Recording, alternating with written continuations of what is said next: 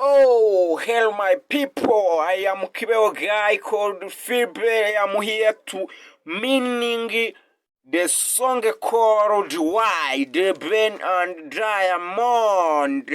Are you ready to listen? This is music. If you are ready, I wish you to have good peace. Oh, over.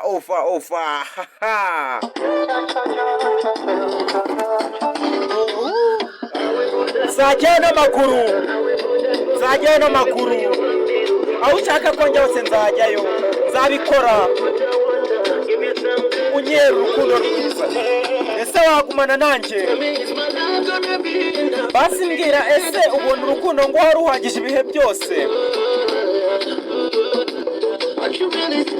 Ese uri gutinya iki? Nzakurinda buri munsi, bungabunga umutima wawe.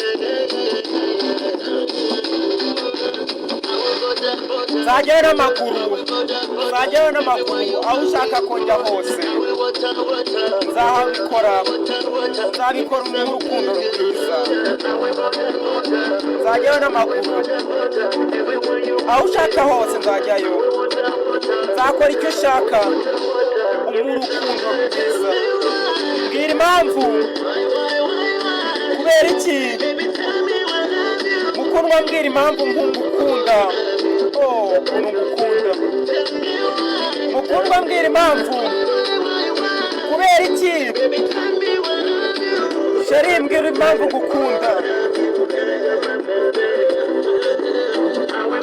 Oh, nzajyayo n'amaguru aho ushaka ko njya hose, nzakora icyo ushaka.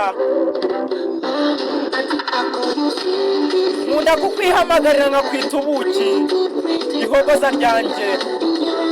Erega n'ubundi ndagukunda.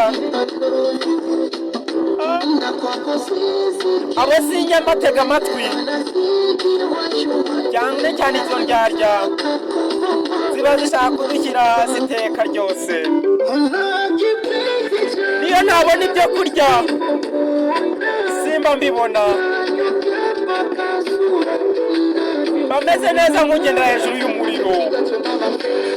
Ngaho reba inyuma yawe, urebe ubwiza ufite. Tuzajya twibyukira mu gitondo tutababwira, bari kwibeshya, nibwo batazamenya uburyo tubigenza. Urukundo ufite rwo kongera ibyo nkora, nicyo gituma ntita kuri izo ndyarya.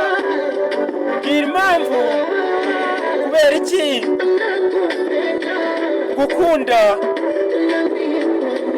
Ubona ari iki wambwiye? Mbwira impamvu, kubera iki ngukunda cyane? Ubona ari iki wambwiye? Oh, ubona ari iki wambwiye? Nzajyayo n'amaguru aho ushaka hose, nzajyayo, nzakora icyo ushaka urukundo rwiza. Nzajyayo n'amaguru